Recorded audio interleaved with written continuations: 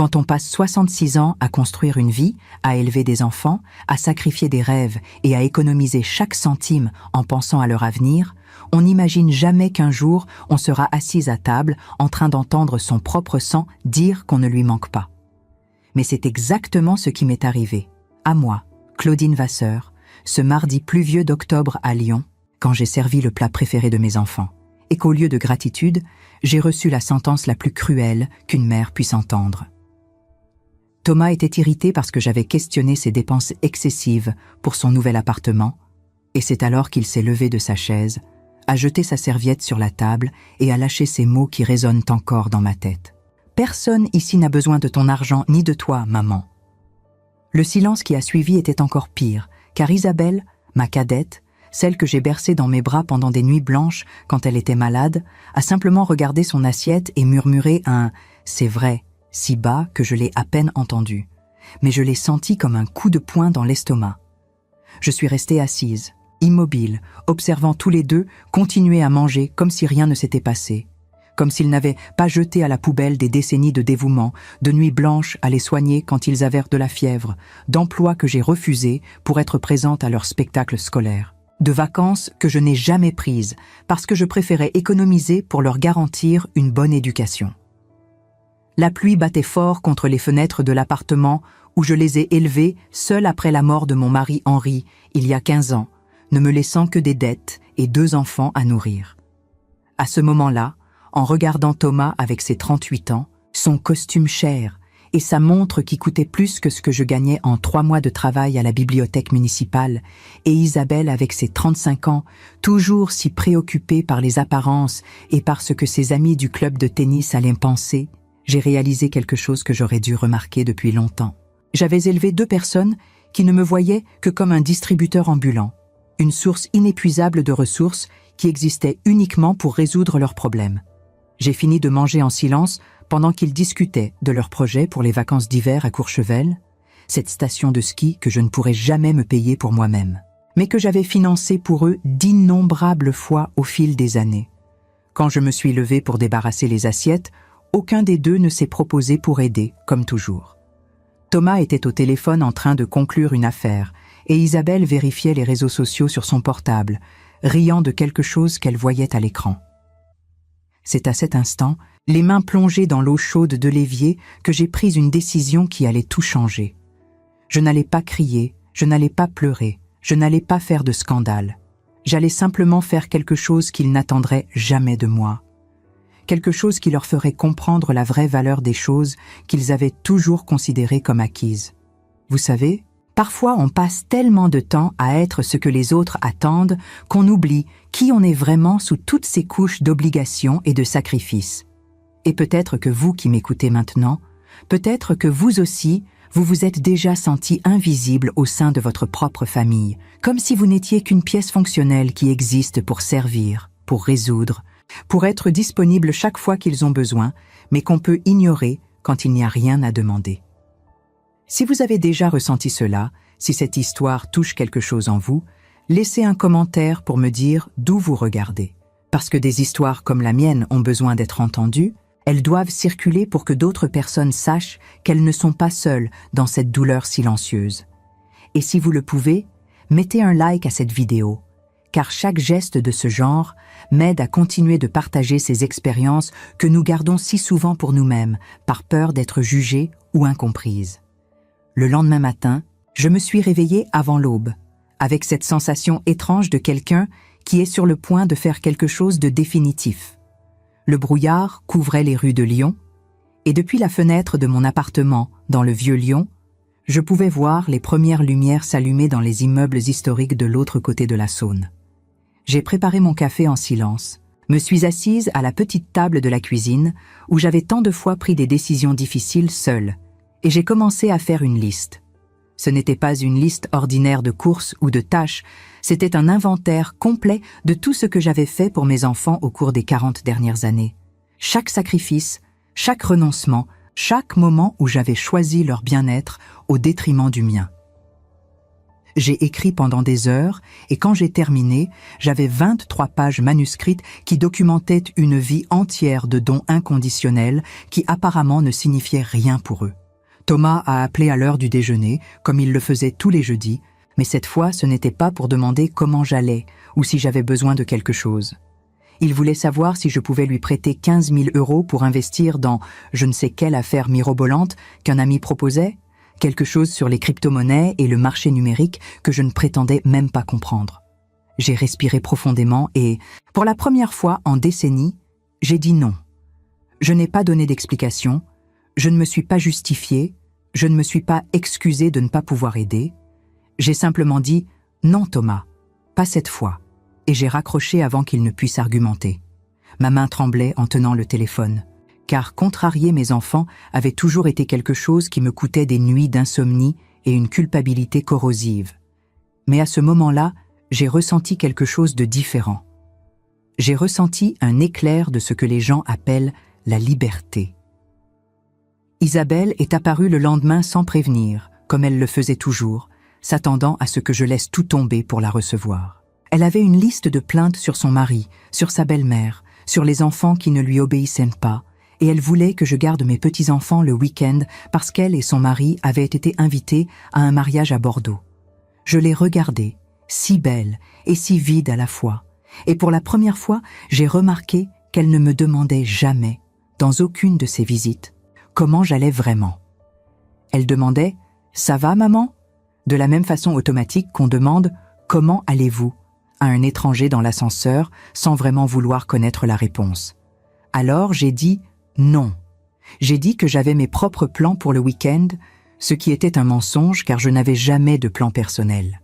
Ma vie entière tournait autour de leur disponibilité. Isabelle a été si surprise qu'elle a ouvert la bouche et est restée à me fixer comme si j'avais parlé en mandarin. Les jours suivants ont été une succession d'appels tendus et de messages de plus en plus acerbes. Thomas disait que j'étais égoïste, que la famille c'était pour s'entraider, pratique pour lui de dire ça justement maintenant, que je disais non.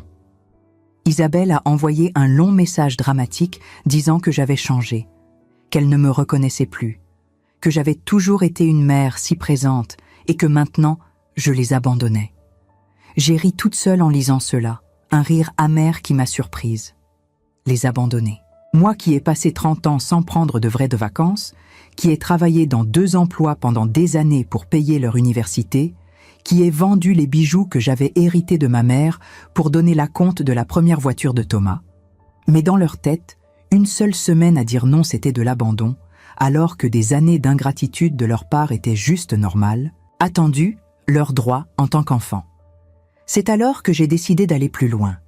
J'ai pris rendez-vous à la banque où je gardais mes économies, cet argent que j'avais économisé centime par centime pendant des décennies, vivant modestement pour avoir une réserve de sécurité et pour laisser quelque chose à mes enfants quand je partirais.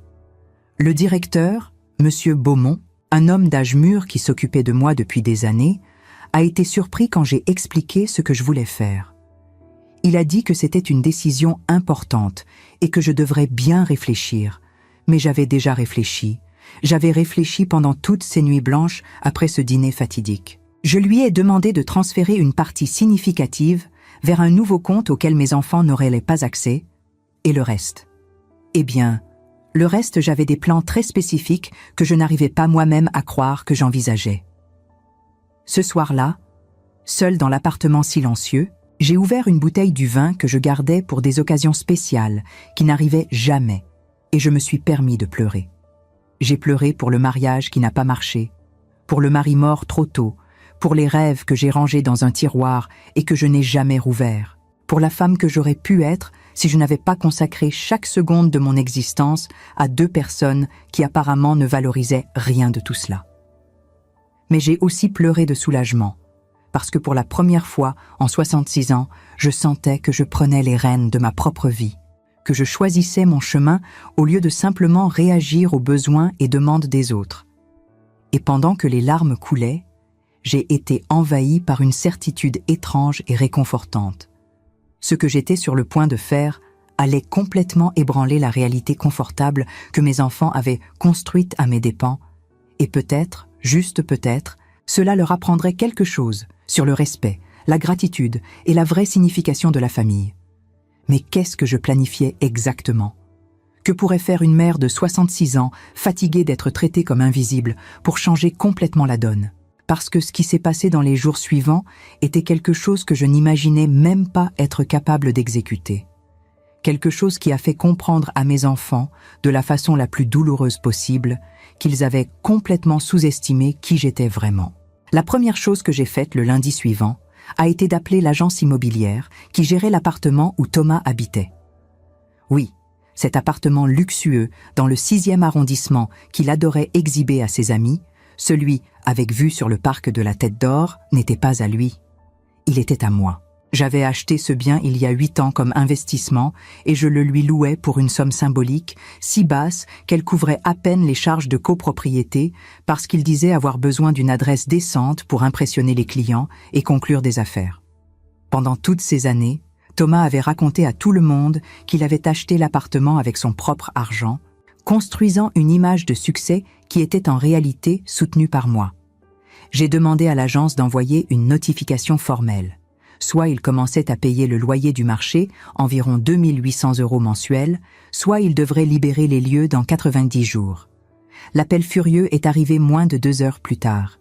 Thomas criait tellement que j'ai dû éloigner le téléphone de mon oreille, me traitant de folle, de vindicative, disant que je détruisais sa vie par pur ressentiment.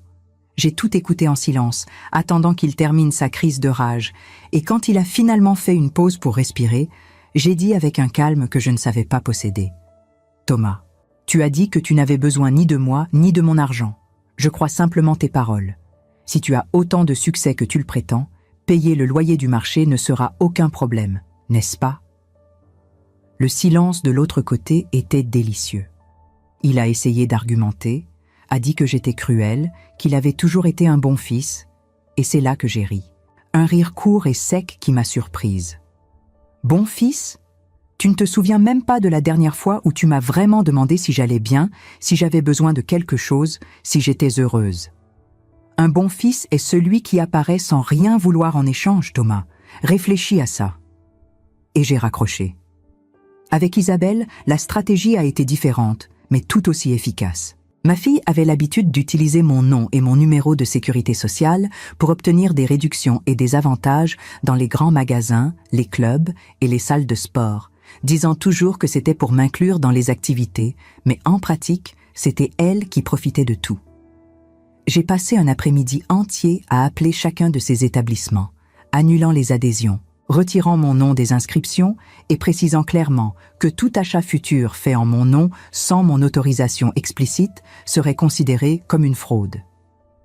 J'ai aussi découvert, en parlant avec mon comptable, qu'Isabelle m'avait mise comme caution pour un financement de voiture il y a 2 ans, quelque chose que j'avais signé sans bien lire parce qu'elle disait que c'était juste une formalité.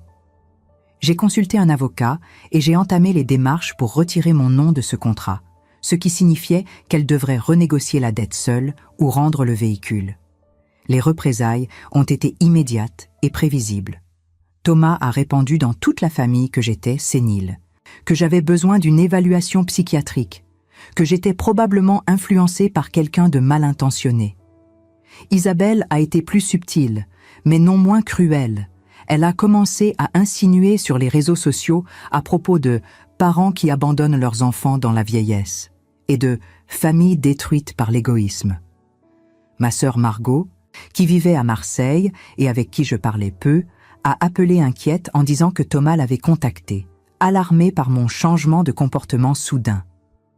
Je lui ai expliqué en détail ce qui s'était passé lors de ce dîner et tout ce qui était venu avant, les années de manque de respect déguisées en normalité. Et Margot est restée silencieuse pendant un long moment avant de dire quelque chose qui m'a fait pleurer. « Claudine, tu aurais dû faire ça il y a des années. J'ai toujours trouvé que tu t'effaçais trop pour eux, mais je n'ai jamais eu le courage de le dire parce que tu semblais tellement investie dans le fait d'être la mère parfaite. » La mère parfaite. Ces mots ont résonné dans ma tête pendant des jours. J'avais passé toute ma vie à essayer d'être la mère parfaite, celle qui ne se trompe jamais, ne faillit jamais, ne déçoit jamais, toujours disponible, toujours compréhensive, toujours prête à sacrifier ce qui était nécessaire. Et dans le processus de tentative d'atteindre cette perfection impossible, j'étais devenue invisible. Je m'étais transformée en une fonction plutôt qu'en une personne. Mes enfants ne me voyaient pas comme Claudine, une femme avec des rêves, des peurs, des envies et des limites. Ils me voyaient comme maman, une entité dont la seule raison d'exister était de répondre à leurs besoins, et quand cette entité a osé avoir une volonté propre, quand elle a osé dire non et établir des limites, la réaction a été de choc et d'indignation, comme si j'avais violé un contrat sacré que je n'avais jamais signé consciemment. Mais ce qui a vraiment fait la différence, ce qui a vraiment tout changé, c'est ce que j'ai fait un jeudi pluvieux de novembre. Je me suis réveillée avec une clarté d'objectif que je n'avais pas ressentie depuis des années. J'ai pris mon café en observant la ville se réveiller à travers la fenêtre embuée, et j'ai pris une décision que je savais être irréversible. J'ai appelé une agence de voyage au centre de Lyon, cette même agence où j'avais tant de fois planifié des voyages pour mes enfants, mais jamais pour moi-même. Et j'ai réservé un billet. Un billet aller simple pour Nice, où j'avais l'intention de louer un petit appartement face à la Méditerranée et de commencer une nouvelle vie, loin de Paris, loin de Lyon, loin de tout ce qui me retenait dans cette dynamique malsaine qui m'avait consumée pendant des décennies. La réaction a été apocalyptique. Thomas a menacé de me poursuivre pour abandon familial, un concept juridique qui n'existe même pas en France, mais qu'il a inventé dans la fureur du moment. Isabelle est apparue à mon appartement en pleurant, disant que je ne pouvais pas faire ça, que les petits-enfants demandèrent leur grand-mère, que la famille allait se désintégrer. C'était la première fois qu'elle mentionnait les petits-enfants en plusieurs semaines. Et j'ai réalisé avec tristesse que même les enfants étaient utilisés comme instruments de manipulation émotionnelle. J'ai expliqué, avec une patience que je ne savais pas d'où je tirais, que je n'abandonnais personne, que je choisissais simplement de vivre ma vie selon mes propres termes, qu'ils étaient des adultes pleinement capables de prendre soin d'eux-mêmes, et que s'ils voulaient avoir une relation avec moi, ce devrait être une relation de respect mutuel et non de dépendance financière, déguisée en amour filial. Ce qui m'a le plus surprise dans tout ce processus a été de découvrir combien d'argent j'avais gaspillé au fil des ans.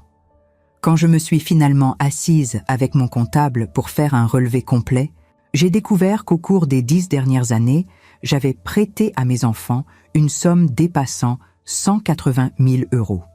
Prêté entre guillemets, car sur ce montant total, même pas 10 000 avaient été remboursés. C'était toujours des promesses de payer le mois prochain, ou dès que l'affaire entre, ou quand je recevrais cet argent, des promesses que j'acceptais, parce que je ne voulais pas créer de conflit. Je ne voulais pas paraître mesquine. Je ne voulais pas être cette mère qui réclame à ses enfants. Mais en voyant tout cela documenté, noir sur blanc, feuille de calcul après feuille de calcul de virements bancaires, j'ai compris que ce n'était pas de la générosité, c'était de l'exploitation consentie, et j'avais été complice de ma propre dévalorisation. J'ai commencé à me préparer pour le déménagement avec un soin presque rituel. J'ai trié les vêtements que je portais vraiment de ceux que je gardais pour les occasions spéciales, qui n'arrivaient jamais. J'ai donné de vieux meubles que je gardais depuis des décennies, par simple attachement émotionnel sans sens. Je me suis débarrassée de photographies et d'objets qui me retenaient à une version de moi-même que je ne voulais plus être. À chaque carton que je fermais, je sentais un poids être retiré de mes épaules, comme si j'emballais littéralement des décennies d'obligations non choisies et les rendais à l'univers. Ma sœur Margot est venue de Marseille m'aider et, pendant un déjeuner dans un bistrot près de la cathédrale de Lyon, elle m'a dit quelque chose que je n'oublierai jamais. « Tu sais, Claudine, nos parents nous ont enseigné qu'être mère, c'était se sacrifier, mais ils ont oublié d'enseigner que le sacrifice sans reconnaissance n'est pas de l'amour. C'est du martyre.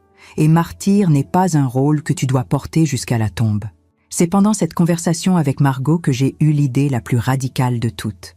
Si j'allais recommencer, si j'allais vraiment rompre avec le passé et construire quelque chose de nouveau, je devais faire quelque chose de définitif, quelque chose qui laisserait absolument clair que la vieille Claudine, celle toujours disponible, toujours compréhensive, toujours prête à se plier en 10 pour accommoder les autres, était restée en arrière.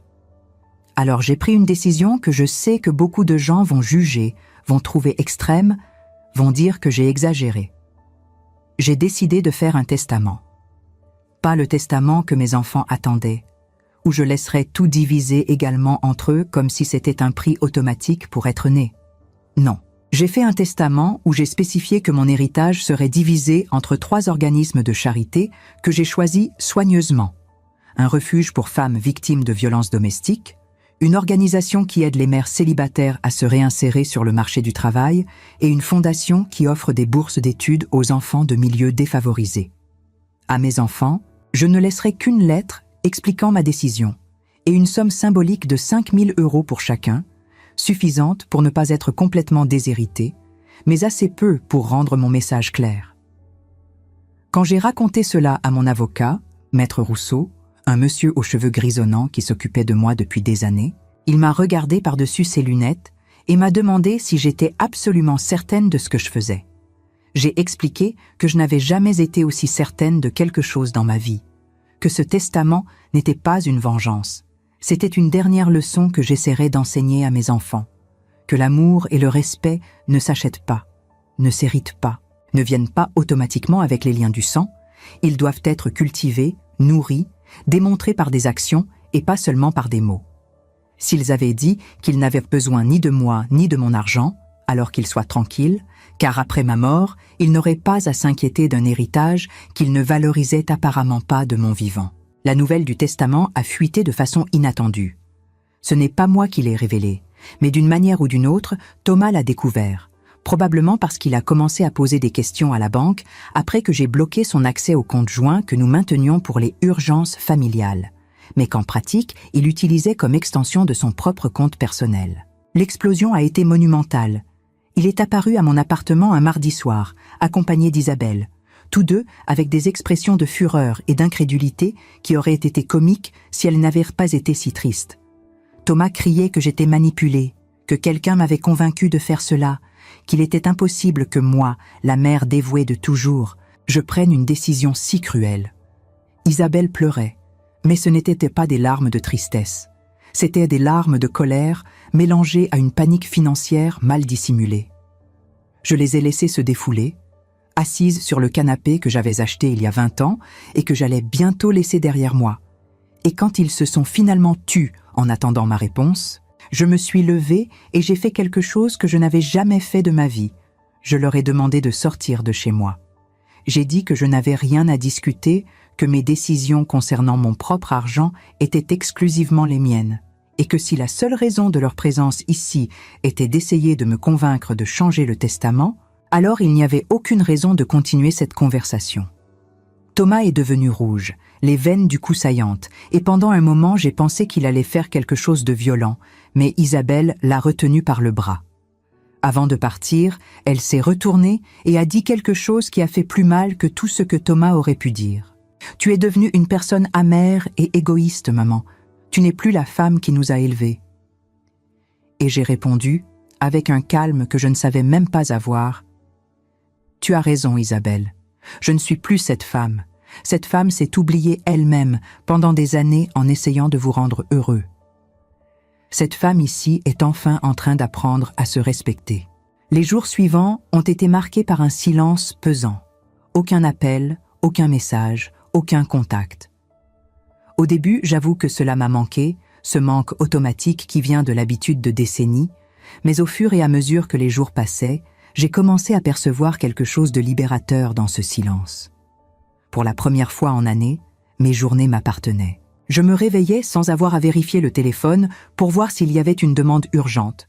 Je prenais mon café sans planifier mentalement comment résoudre les problèmes d'autres personnes. Je passais les après-midi à lire les livres que j'avais toujours voulu lire, mais pour lesquels je n'avais jamais eu le temps.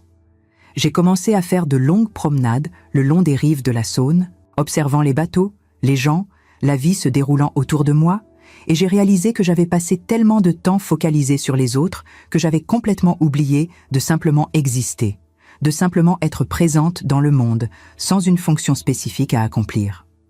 C'est lors d'une de ces promenades que j'ai rencontré Geneviève, une femme de 72 ans qui peignait des aquarelles au bord de la rivière. Nous avons commencé à parler de banalités, du temps, de Lyon, et d'une manière ou d'une autre, j'ai fini par lui raconter toute mon histoire, à cet inconnu qui tenait un pinceau et souriait avec une compréhension que mes propres enfants n'avaient jamais démontrée. Geneviève a tout écouté sans m'interrompre. Et quand j'ai terminé, elle a simplement dit « Tu sais pourquoi je peins ici, dans la rue, au lieu de rester dans le confort de mon atelier ? Parce que pendant 50 ans, j'ai été professeure, épouse, mère, toujours entre 4 murs définis par les rôles que je jouais. Quand mon mari est mort et que mes enfants ont grandi, j'ai réalisé que j'avais oublié ce que c'était de sentir le vent sur mon visage pendant que je faisais quelque chose juste parce que ça me faisait plaisir. Tu commences ton voyage de retour vers toi-même, Claudine. C'est effrayant, mais c'est aussi la chose la plus importante que tu feras dans ta vie. » Ces paroles sont restées avec moi, résonnant pendant des jours. Le voyage de retour vers soi-même. C'était exactement ce que je faisais. Je revenais vers une version de moi qui n'avait peut-être jamais pleinement existé. Je découvrais qui était Claudine quand elle était dépouillée de tous les rôles que les autres attendaient que je joue. J'ai commencé à fréquenter un cours d'histoire de l'art à l'université locale, quelque chose que j'avais toujours voulu faire, mais pour lequel je n'avais jamais eu le temps. Je me suis inscrite dans une salle de sport et j'ai commencé à faire du yoga, non pas pour perdre du poids ou parce que quelqu'un me disait que je devais, mais parce que j'ai découvert que ces mouvements lents et la respiration contrôlée me donnaient une paix que je ne ressentais pas depuis des décennies. Les semaines qui ont suivi ont été une période étrange de transformation silencieuse. Chaque matin, je me réveillais avec un sentiment de légèreté croissante, comme si des chaînes invisibles se détachaient une à une de mes chevilles. J'ai réactivé mon profil sur un réseau social que j'avais abandonné il y a des années, d'abord timidement, puis avec plus d'assurance.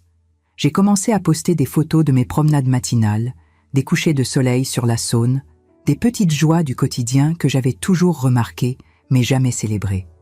Ce qui m'a le plus surprise, c'est la réponse que j'ai reçue.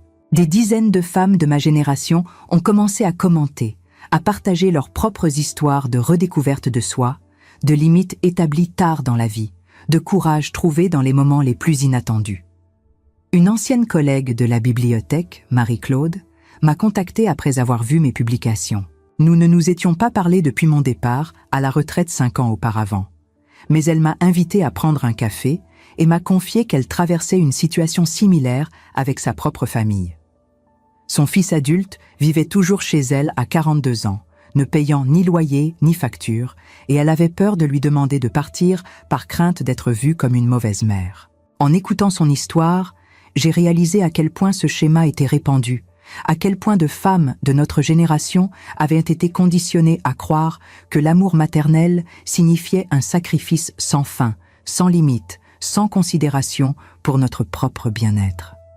L'appartement à Nice était prêt pour occupation en décembre, un petit studio de 40 mètres carrés dans le quartier de Cimiez, avec un balcon d'où on pouvait voir la mer au loin. J'ai voyagé là-bas un week-end pour découvrir l'espace et signer le contrat de location, et ce fut l'une des expériences les plus émouvantes de ma vie. J'ai marché dans les rues de Nice seule, sans avoir à rendre de compte à personne, sans avoir à adapter mes envies aux horaires ou préférences d'autres personnes. La ville avait une énergie différente de Lyon, plus détendue, plus colorée, plus tournée vers la lumière et la mer.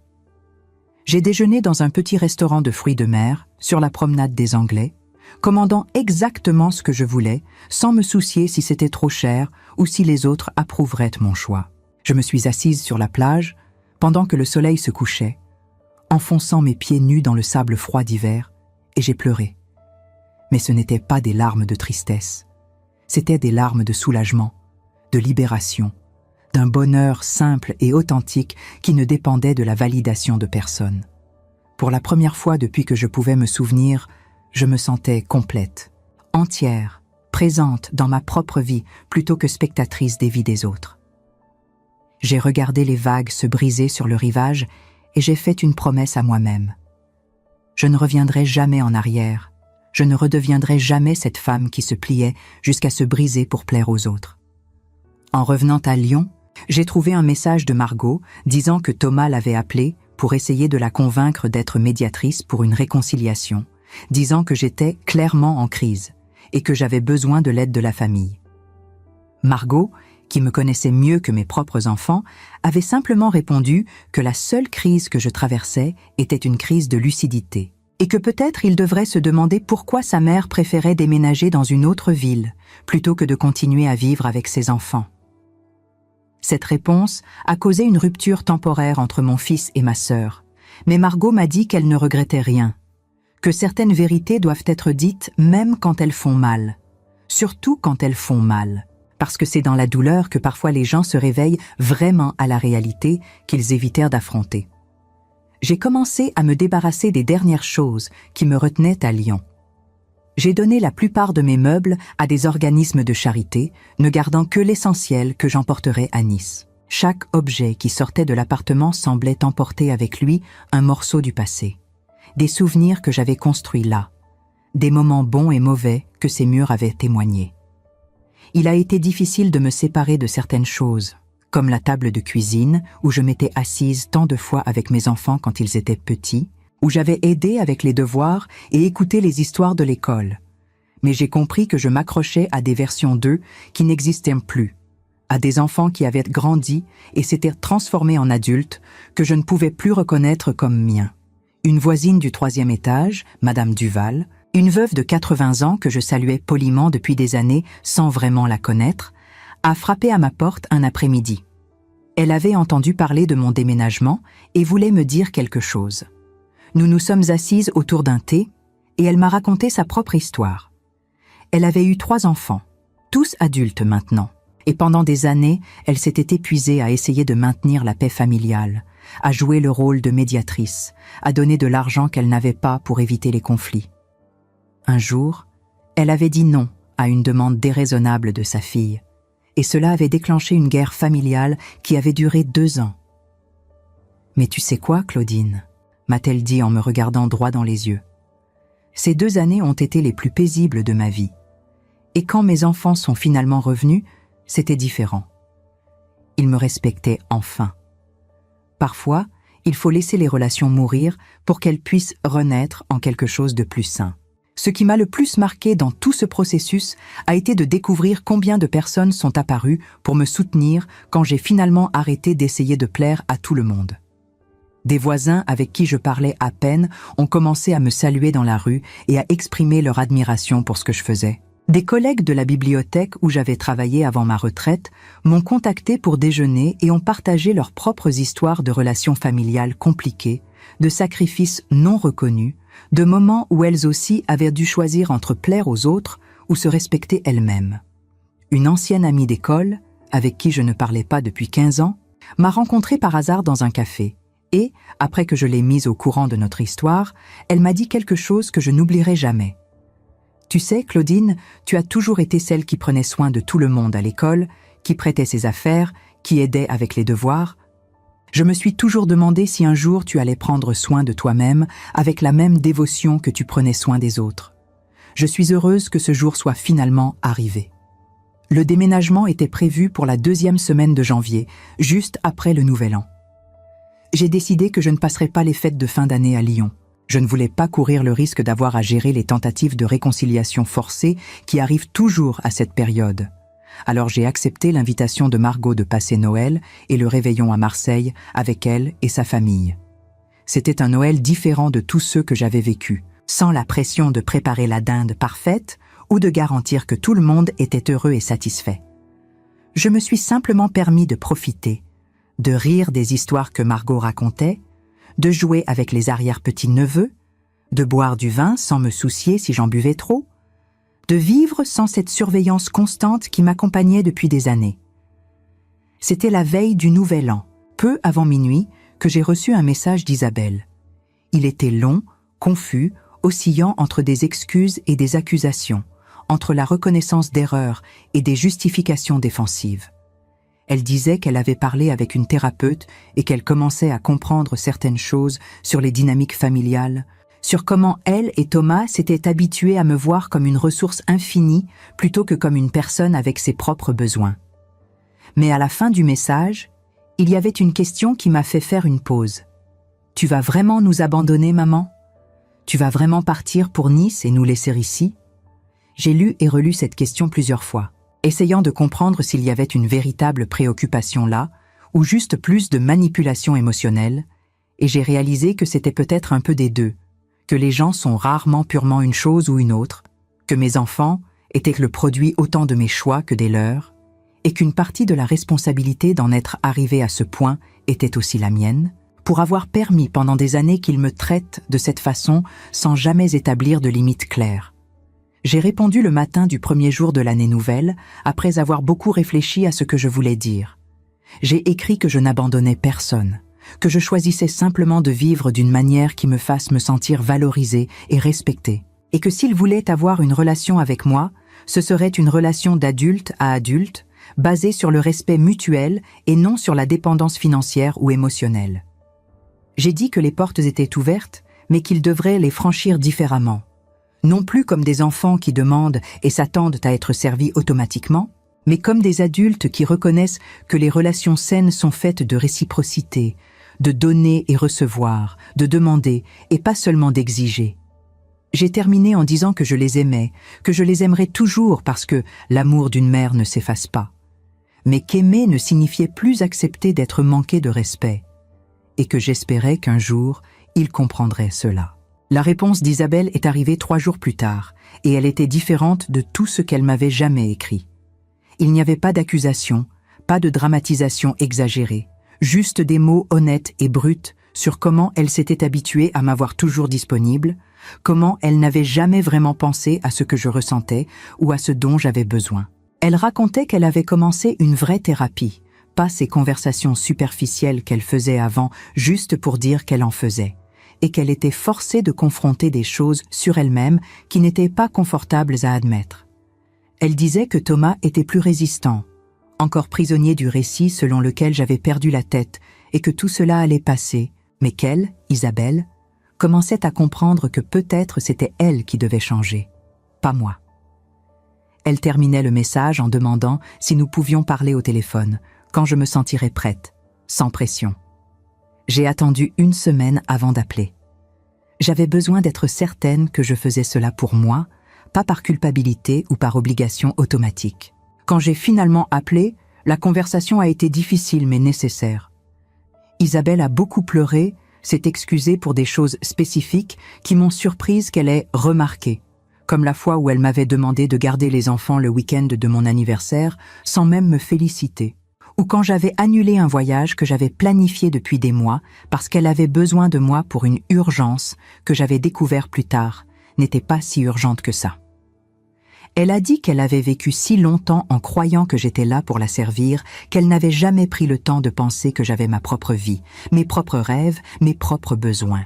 Sa voix tremblait quand elle m'a raconté une séance de thérapie particulièrement difficile où sa psychologue lui avait demandé de décrire notre relation, et Isabelle s'était rendue compte qu'elle ne pouvait parler de moi qu'en termes de ce que je faisais pour elle, jamais de qui j'étais en tant que personne.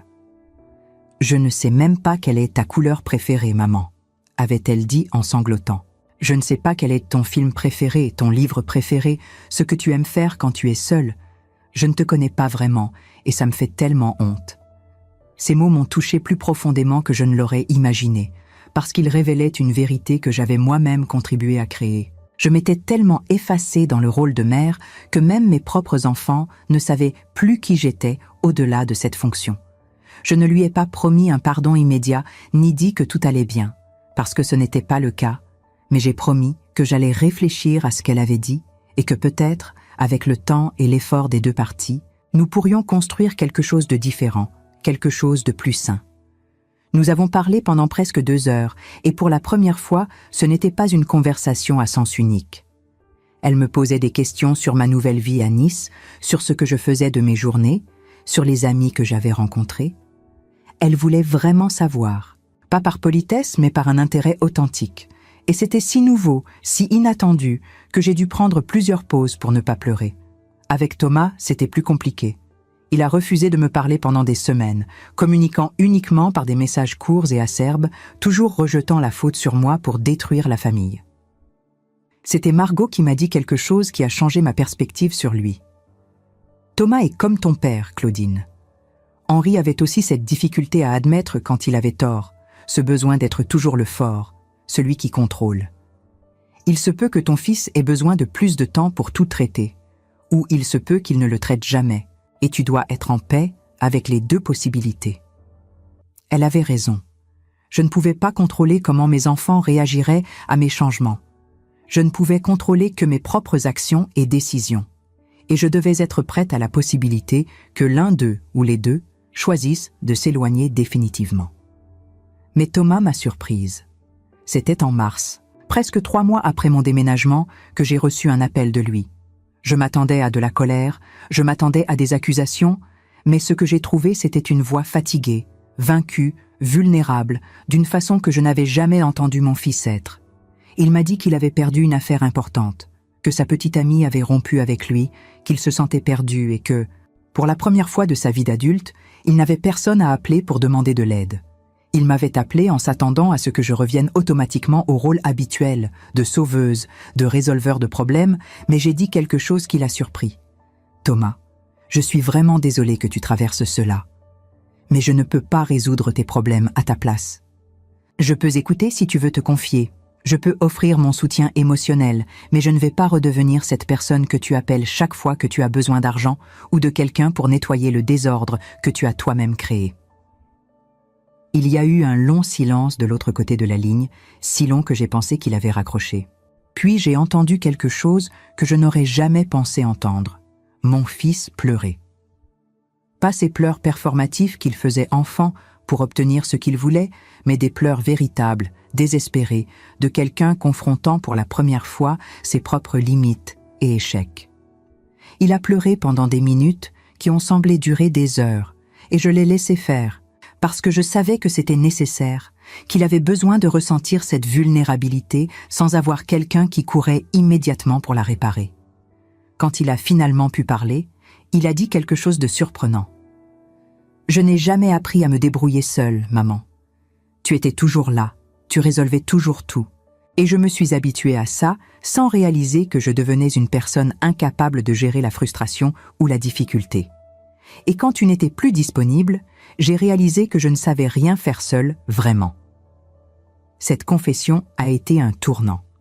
Cela n'a pas signifié une réconciliation immédiate ni une solution magique à tous les problèmes, mais cela a ouvert une porte qui avait été fermée pendant des mois. Nous avons parlé pendant plus d'1 heure, et pour la première fois, c'était une vraie conversation.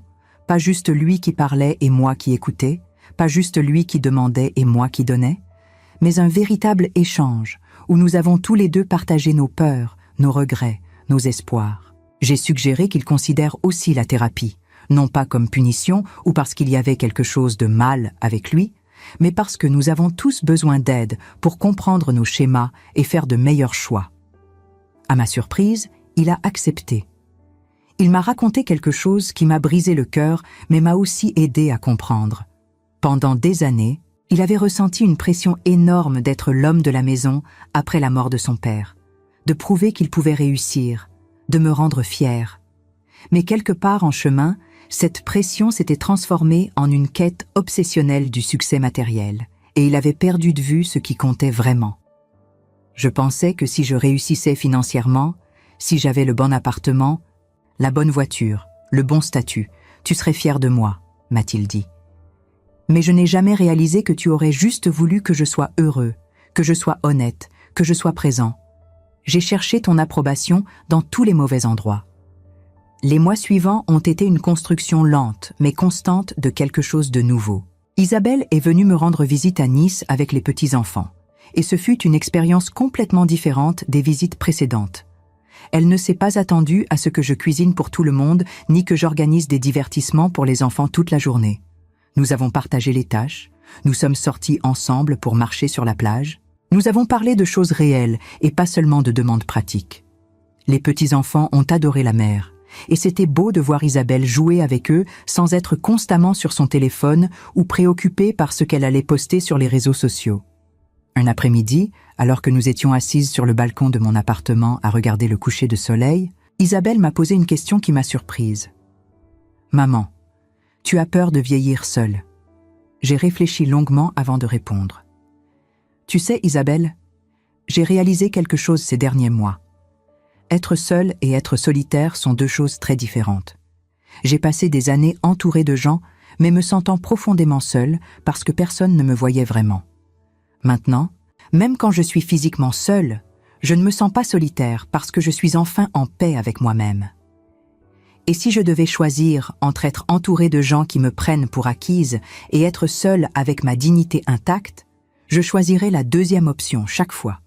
Quand elles sont parties, elle m'a embrassée d'une façon différente, fort et longtemps, et a chuchoté « Merci de ne pas avoir abandonné avec moi, même quand je méritais que tu abandonnes. » Ces mots ont résonné en moi pendant des jours. C'était la première fois qu'elle reconnaissait vraiment la gravité de ce qui s'était passé.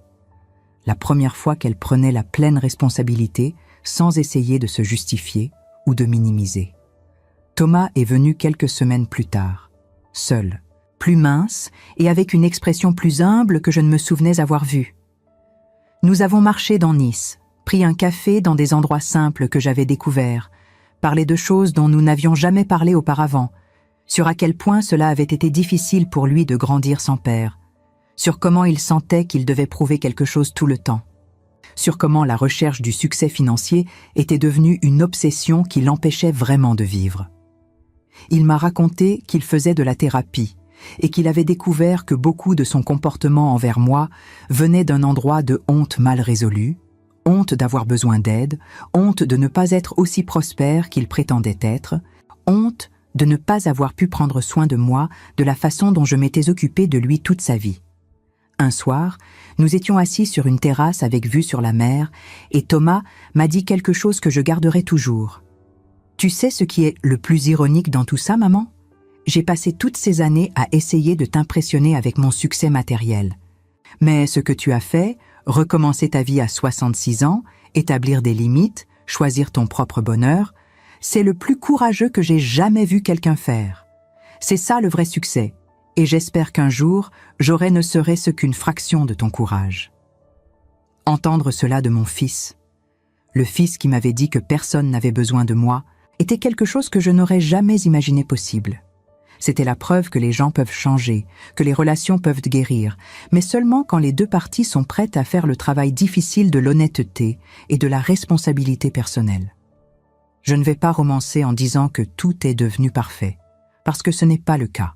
Il y avait encore des moments de tension, il y avait encore des rechutes dans les anciens schémas, il y avait encore des disputes et des malentendus.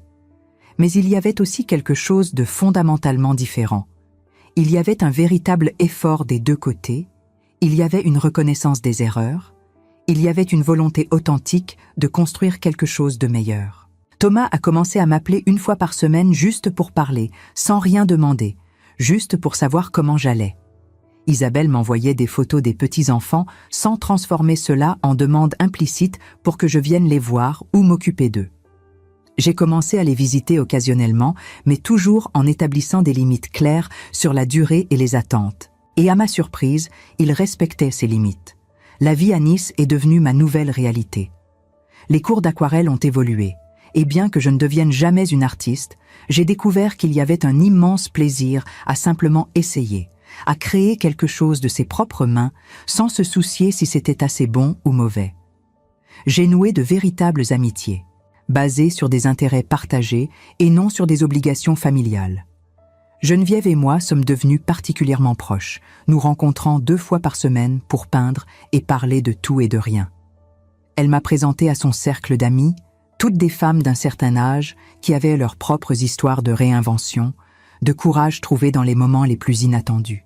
J'ai commencé à travailler comme bénévole dans une bibliothèque locale, aidant les personnes âgées à utiliser les ordinateurs et à naviguer sur Internet, et il y avait une satisfaction immense à aider sans sentir que j'étais exploitée, à donner parce que je choisissais de donner et non parce qu'on attendait de moi que je donne. Une femme en particulier, Simone, une veuve de 79 ans qui venait chaque semaine apprendre à utiliser la vidéoconférence pour parler avec ses petits-enfants au Canada, m'a dit un jour: « Vous savez, Claudine, il y a quelque chose de différent chez vous. Vous avez cette lumière dans les yeux que beaucoup de femmes de notre âge ont perdue. C'est la lumière de quelqu'un qui a choisi de vivre et pas seulement d'exister. » Pour mon 67e anniversaire en septembre, j'ai reçu une surprise que je n'oublierai jamais. Isabelle et Thomas sont apparus à Nice sans prévenir, mais pas seuls. Ils avaient organisé un petit déjeuner dans un restaurant au bord de la mer et invité Margot et quelques-unes de mes nouvelles amies de Nice. Ils ont fait des discours, quelque chose qu'ils n'avaient jamais fait auparavant, parlant de comment mon courage de recommencer avait inspiré des changements dans leurs vies aussi. Thomas a raconté qu'il avait fermé l'entreprise qui le stressait et commencé quelque chose de plus petit, mais plus aligné avec ses vraies valeurs. Il travaillait maintenant comme consultant pour de petites entreprises, les aidant à se développer de manière durable, et bien qu'il gagnait moins d'argent, il dormait mieux la nuit et se sentait enfin fier de son travail. Isabelle a parlé de comment elle avait commencé à établir des limites avec sa belle-mère et avec les exigences sociales qui l'étouffaient, et comment elle était plus heureuse même en recevant moins de « j'aime » sur les réseaux sociaux. Elle avait rejoint un groupe de soutien pour les mères et découvert qu'elle n'était pas seule dans ses luttes, que la perfection qu'elle voyait sur les réseaux sociaux était une illusion qui rendait tout le monde malheureux. « Tu m'as appris, maman, qu'il est plus important d'être authentique que d'être parfaite, avait-elle dit, les larmes aux yeux. Et je veux que mes enfants grandissent en sachant ça aussi. J'ai pleuré en écoutant tout cela, parce que j'ai réalisé que le meilleur cadeau que j'avais donné à mes enfants n'était pas les années de sacrifice inconditionnel, mais plutôt l'exemple qu'il n'est jamais trop tard pour choisir une vie qui a du sens, qui respecte qui vous êtes vraiment. En disant non, en établissant des limites, en choisissant mon propre bonheur, je leur avais donné la permission de faire de même dans leur propre vie. Après le déjeuner, Thomas m'a pris à part et m'a remis une enveloppe. À l'intérieur se trouvait un chèque de 15 000 €, exactement la somme qu'il m'avait demandée des mois auparavant et que j'avais refusée. « Ce n'est pas un remboursement de tout ce que je te dois, » a-t-il dit doucement. « Je sais que ça va prendre des années pour rembourser tout ça, mais c'est un début.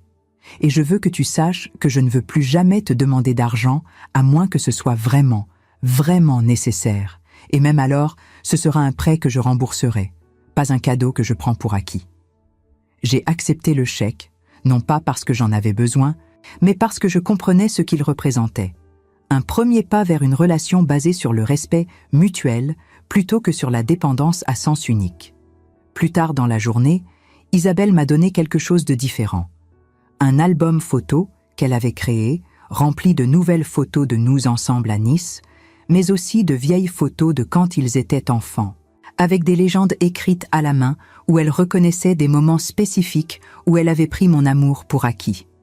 « Je veux que mes enfants voient cet album un jour, » m'a-t-elle dit, « pour qu'ils comprennent que même les meilleures relations nécessitent des efforts, du respect, et que l'amour ne signifie pas le sacrifice sans limite. » À la fin de cette journée, assise sur le balcon de mon petit appartement, regardant le soleil se coucher sur la Méditerranée, j'ai réfléchi à tout ce qui s'était passé depuis ce dîner fatidique en octobre de l'année précédente. J'avais perdu beaucoup dans le processus, l'illusion d'une famille parfaite, la fausse sensation d'être indispensable, l'identité construite uniquement autour du fait d'être mère. Mais j'avais gagné tellement plus. J'avais gagné moi-même. J'avais gagné le respect de mes enfants qui n'existait pas avant. J'avais gagné des relations plus honnêtes et authentiques. J'avais gagné la liberté de vivre selon mes propres termes. Et plus important encore, j'avais appris qu'aimer quelqu'un ne signifie pas s'annuler pour cette personne. Qu'être une bonne mère ne signifie pas accepter le manque de respect au nom de l'amour inconditionnel. Et qu'il n'est jamais, jamais trop tard pour recommencer et choisir une vie qui honore qui vous êtes vraiment sous toutes les attentes et les rôles que les autres ont mis sur vous. Les saisons ont passé, et ma vie à Nice s'est enrichie de façon que je n'aurais jamais imaginée. J'ai découvert une passion pour la photographie, capturant les couchers de soleil sur la promenade des Anglais, les visages des personnes dans les marchés, les moments de beauté simple qui m'avaient échappé pendant tant d'années. Une petite galerie locale a même exposé quelques-unes de mes photos lors d'une exposition de groupes d'artistes amateurs, et la fierté que j'ai ressentie en voyant mon nom sur le mur était différente de tout ce que j'avais connu. C'était une fierté qui venait de l'intérieur, pas de la validation des autres. Margot est venue me rendre visite plusieurs fois, et lors d'une de ces visites, elle m'a dit quelque chose qui a résumé parfaitement ce voyage. « Tu sais, Claudine, quand nous étions petites, maman nous disait toujours que notre valeur venait de combien nous étions utiles aux autres. Mais tu as appris quelque chose qu'il nous a fallu toute une vie pour comprendre. Notre valeur vient de qui nous sommes, pas de ce que nous faisons pour les autres. Et maintenant, paradoxalement, tes enfants te respectent plus que jamais précisément parce que tu as arrêté de tout faire pour eux. Si je devais laisser une leçon à quiconque écoute mon histoire, c'est celle-ci. Vous n'avez pas besoin d'attendre d'être complètement manqué de respect pour établir des limites. Vous n'avez pas besoin d'attendre de vous perdre complètement pour décider de vous retrouver. Peu importe votre âge, combien de décennies vous avez consacré à d'autres personnes, combien de sacrifices vous avez faits en pensant que c'était ça l'amour. Il n'est jamais trop tard pour dire stop. Il n'est jamais trop tard pour vous choisir vous-même. Il n'est jamais trop tard pour enseigner aux gens autour de vous que vous méritez le respect, la considération et la réciprocité. Et si les gens que vous aimez ne peuvent pas accepter cette version plus complète et plus honnête de vous, alors peut-être que ce que vous aviez n'était pas du vrai amour, c'était de la dépendance déguisée en amour. Et vous, tout comme moi, méritez tellement plus que cela. Vous méritez d'être vu, valorisé, respecté. Vous méritez d'avoir une vie qui soit la vôtre, pas seulement une existence en fonction des autres. Et n'oubliez jamais, jamais cela. Le changement n'est pas une trahison envers ceux que vous aimez, c'est un acte d'amour envers vous-même. Et c'est seulement quand nous nous aimons nous-mêmes, quand nous nous respectons nous-mêmes, que nous pouvons vraiment enseigner aux autres comment nous aimer et nous respecter en retour. C'est la leçon la plus précieuse que j'ai apprise, et c'est celle que je veux laisser avec vous aujourd'hui. Vous savez, quand j'ai commencé à raconter cette histoire, je ne savais pas si quelqu'un comprendrait vraiment ce que j'ai traversé. Mais quelque chose me dit que vous, qui m'avez écouté jusqu'à la fin, vous comprenez. Peut-être parce que vous avez vécu quelque chose de similaire, ou peut-être parce que vous vivez cela en ce moment même, dans le silence de votre propre maison, portant le poids de décennies de dons sans reconnaissance. Il y a tant de femmes comme moi, comme vous peut-être, qui se sont effacées pendant des années au nom de l'amour familial. Nous avons cru que notre valeur résidait dans notre capacité à servir, à sacrifier, à être toujours disponible. Mais ce que j'ai appris, et ce que j'espère vous avoir transmis aujourd'hui, c'est qu'il existe une différence profonde entre aimer et s'annuler, entre donner et être vidé, entre être une bonne mère et être invisible dans sa propre vie. Alors maintenant, j'ai besoin de savoir quelque chose. Est-ce que mon histoire a touché quelque chose en vous? Est-ce qu'elle a réveillé une douleur que vous portiez silencieusement, ou peut-être un courage que vous pensiez avoir perdu? Dites-moi dans les commentaires d'où vous m'écoutez en ce moment. Êtes-vous à Paris, à Marseille, à Lyon, ou peut-être quelque part en Belgique, en Suisse, au Canada? D'où que vous soyez, je veux savoir que vous êtes là, que vous m'avez entendu, que vous existez. Et plus important encore, je veux savoir ce que vous en pensez vraiment. Si vous étiez à ma place, auriez-vous fait la même chose?